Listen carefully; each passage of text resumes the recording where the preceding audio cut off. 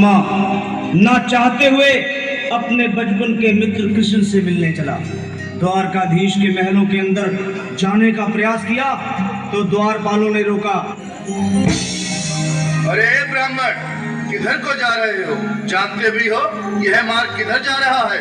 यह मार्ग द्वारकाधीश श्री कृष्ण के महलों को जाता है। हे विप्र, तुम यहाँ कहाँ भटक रहे हो? ए भाई, जानता हूँ ये मार्ग श्री कृष्ण के महलों को जाता है। मैं उनसे ही मिलने आया हूँ भाई। यह भी खूब रही, द्वारकाधीश से मिलने का यह कौन सा समय है? महाराज अभी दरबार में नहीं है। अरे पंडित जी, श्री कृष्ण अपने महल के शयन कक्ष में आराम कर रहे हैं।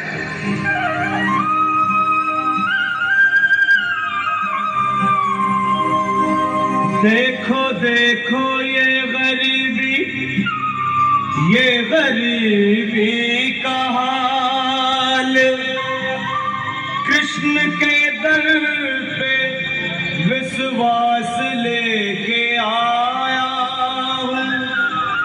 मेरे बचपन का यार है मेरा श्याम, हमारे महल के करीब आ गया है।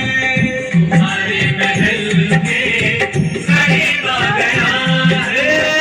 अरे द्वारपालो, कन्हैया से कह दो कि दर पे सुदामा करीब आ गया है। दर पे सुदामा करीब आ गया है। भाई द्वारपाल, मुझ पर दया करो भाई। बस तुम जाकर कन्हैया को ये बता दो कि उनका बाल सखा सुदामा मिलने आया है। मेरे इस फटे हाथ पर मत जाओ भाई। तुम बस जाकर मेरा संदेश उस कृष्ण को दे दो भाई। क्या हंसी ठट्टा करने को हम ही मिले हैं? तुम ठहरे दीन निर्धन फटेहाल ब्राह्मण, तुम्हारे अंग अंग से गरीबी बदहाली झलक रही है। और कहा महाराज श्री कृष्ण। क्षमा करना पंडित जी, हमें अपने प्राणों से हाथ नहीं धोने जो तुम्हारा यह संदेश द्वारकाधीश तक पहुंचाए।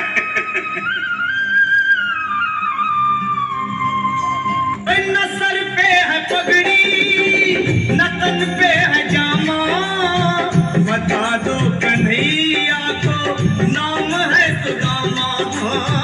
बता दो कन्हैया को नाम है सुदामा। बता दो कन्हैया को नाम है सुदामा। न सर पे है पगड़ी, न तन पे है जामा, बता दो कन्हैया को नाम है सुदामा। हो न सर पे है पगड़ी, न तन पे है जामा, बता दो कन्हैया को नाम है सुदामा। हो बता दो कन्हैया को नाम है सुदामा। एक बार मोहन से जा करके कह दो, तुम एक बार मोहन से जा करके कह दो कि मिलने सखा बद नसीब आ गया है।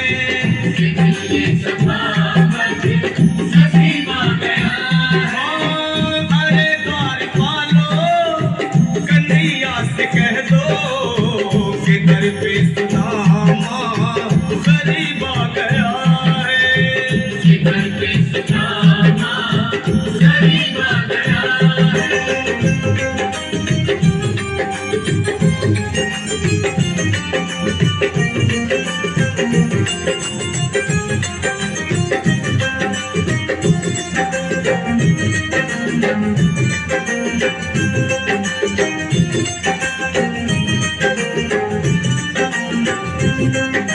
सुनो भाइयों, अब मेरी भी सुनो।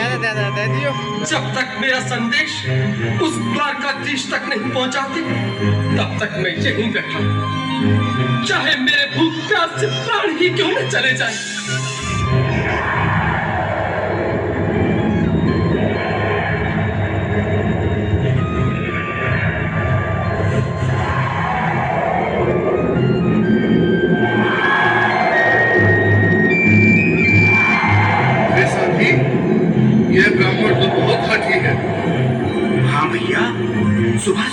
आने को है, पर ये यहाँ से जाने का नाम ही नहीं ले रहा।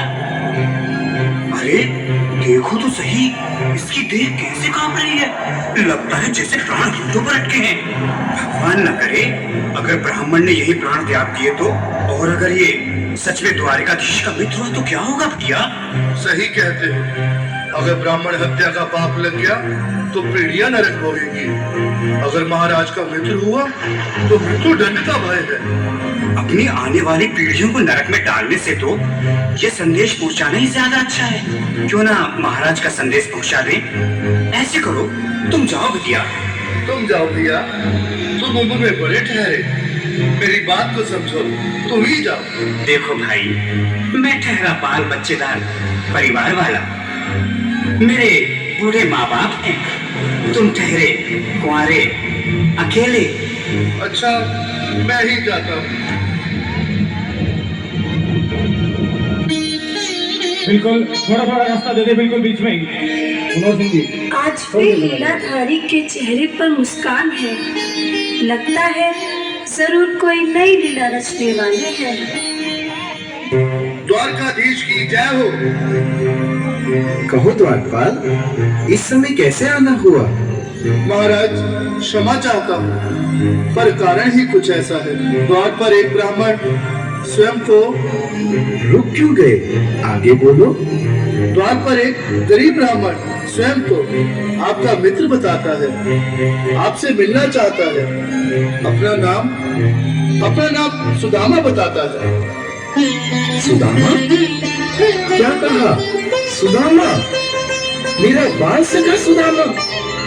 मेरे बचपन का मित्र सुदामा? सुदामा, मेरा मित्र सुदामा, सुदामा। नाथ, नाथ, वस्त्र संभाले, चरण पादुका तो पहन ले। स्वामी, स्वामी, स्वामी, स्वामी, स्वामी। सुनते ही दौड़े चले आए मोहन, लगाया गले से। बिल्कुल मीठी मीठी ताली के साथ इसके लिए क्योंकि बाल सखा से मिले, साक्षात कृष्ण भगवान आए हैं।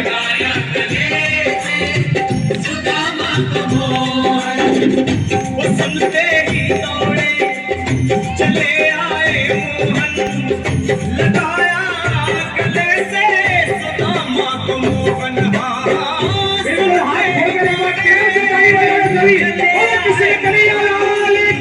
लगाया गले से सुदामा को मोहन, लगाया गले से सुदामा को मोहन।